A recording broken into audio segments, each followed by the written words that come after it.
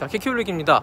마이애미 오픈에서 메드베데프가 야닉 시노를 물리치고 남자부 우승을 차지했고, 여자부에서는 놀랍게도 왼손잡이 크비토바가 이 시대 최고의 대세로 떠오른 리바키나를 물리치고 대략 5년 만에 빅타이틀을 거머쥐었습니다. 자, 이 영상에서는 메드베데프가 야닉 시노를 어떻게 또 한 번 물리쳤는지 분석을 해보겠는데요. 조금 더 테크닉 쪽에 집중을 해보도록 하겠습니다. 그래서 이렇게 야외로 나왔습니다.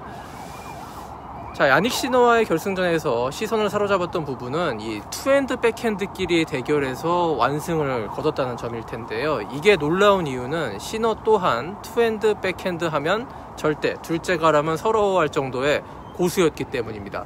그런데 메드베데프한테는 안 되더라고요. 자, 여기서 잠깐 전제 한 가지를 꼭 깔자면요, 시노의 몸 상태가 100%가 아니었다는 점이었습니다. 사실 프로테니스 선수에게 몸 상태가 안 좋다, 이건 테크닉, 기술보다 더 근본적인 페인이라고 볼 수 있을 정도로 핑계거리는 될 수가 없겠지만, 시노는 마이애미 오픈 결승전이 열린 대낮의 땡볕과 습한 공기에 메드베데프보다 더 적응이 어려웠던 것으로 명확하게 보였고요. 실제로 기자회견에서도 몸이 좋지 않았다, 아팠다라고 털어놓기는 했었습니다. 자, 다만 메드베데프가 시노에게 앞설 수 있는 테크닉적 요인 한 가지가 분명히 있었는데요. 이건 지난 2월 네덜란드 오픈 결승전에서도 비슷하게 드러났던 점인데, 메드베데프의 독특한 백핸드 테크닉에서 그 원인을 찾을 수가 있습니다. 메드베데프의 투핸드 백핸드 최대 강점은 두 가지로 볼 수 있습니다. 하나는 범실이 거의 너무너무 없다는 점이고요. 그리고 또 한 가지는 탑스핀이 많이 걸리지 않는 플랫성 구질이라는 점입니다. 이 두 가지 강점이 야닉 시너에게는 아주 치명타였다, 이렇게 분석이 됩니다. 왜냐하면 시너는 메드베데프처럼 끊임없이 범실 없이 안정적으로 치는 선수와 인내심 싸움에서 밀리기 때문이고요. 또 한 가지, 이게 진짜 테크니컬한 원인이 될 텐데요. 메드베데프의 플랫성 투핸드 스트로크 구질이 야닉 시너를 굉장히 괴롭혔다는 점입니다. 자, 메드베데프의 이 투핸드 백핸드 테크닉을 자세히 살펴보면 한 가지 두드러진 특징이 발견이 됩니다. 자, 라켓을 휘두를 때 면을 이렇게 오픈시킨다는 거예요. 닿지 않고 오픈시킨다는 거.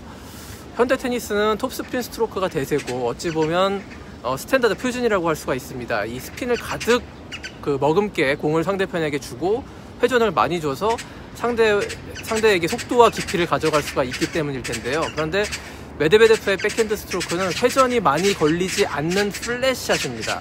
메드베데프의 스윙 메커니즘을 살펴보면 알 수가 있는데, 라켓 면을 하늘 위로 열어둔 채 로우 하이 상향 스윙의 비중을 좀 줄이고 직선형의 스윙에 가까운 궤적을 그린다는 점을 알 수 있습니다.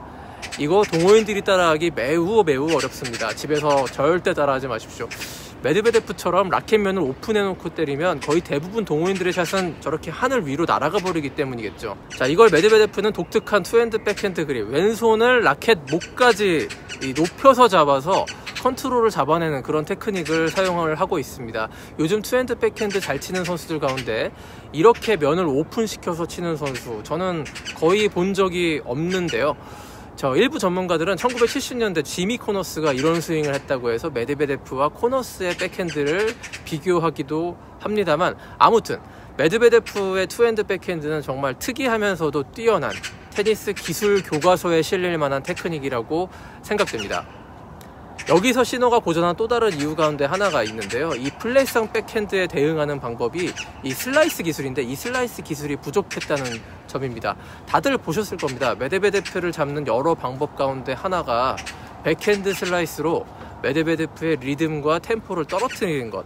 자, 이 방법을 쓴 선수가 누구였던가요? 작년 호주 오픈 결승전에 라파엘 나달이었습니다. 하지만 야닉 시너는 아직 슬라이스 기술이 완성되지 않았기 때문에 메드베데프의 플랫성 구질에 대항을 하기가 조금 어려웠고, 이 플랫성 구질이 마이애미 오픈의 빠른 코트 스피드와 맞물리면서 낮게 깔리는 편이었기 때문에 야닉 시너는 굉장히 무릎을 많이 굽히는 자세로 투핸드 백핸드 드라이브를 구사할 수밖에 없었고요. 여기서 미세하게 피로도가 가중됐을 것이라는 생각입니다. 자, 메드베데프는 호주 오픈 32강 탈락 이후에 마신 상담 5개 대회 연속 결승에 올라서요, 4번 우승하는 최고의 1분기를 보냈습니다. 물론 가장 중요한 호주 오픈을 우승한 조코비치를 빼놓을 수는 없겠습니다만, 1분기 하드코트 성적만으로 따져보면 최고의 선수는 메드베데프였다고 말할 수 있습니다.